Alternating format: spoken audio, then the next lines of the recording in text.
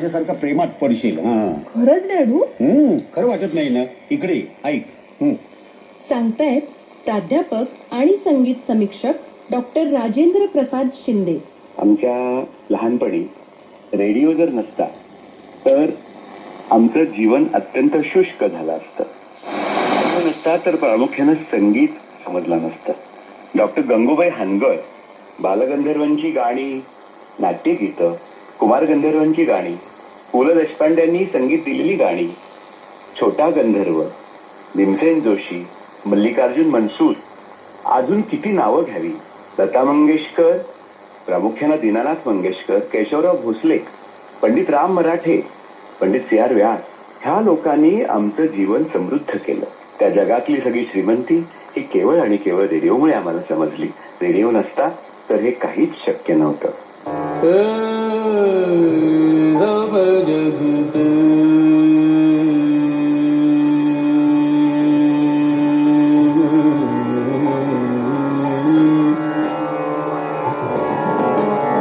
अरे चिकू, रेडिओचे कार्यक्रम आपल्याला गेली 9 दशकं म्हणजे 90 वर्ष ऐकायला मिळत आहेत. निखळ मनोरंजन असतं याच्यात. म्हणजे गेल्या 90 वर्षांचा हा रेडिओ साक्षीदार आहे. समजलं का चिकू? हो हो डॅडू, समजलं. आता मीही होणार बालश्रोता.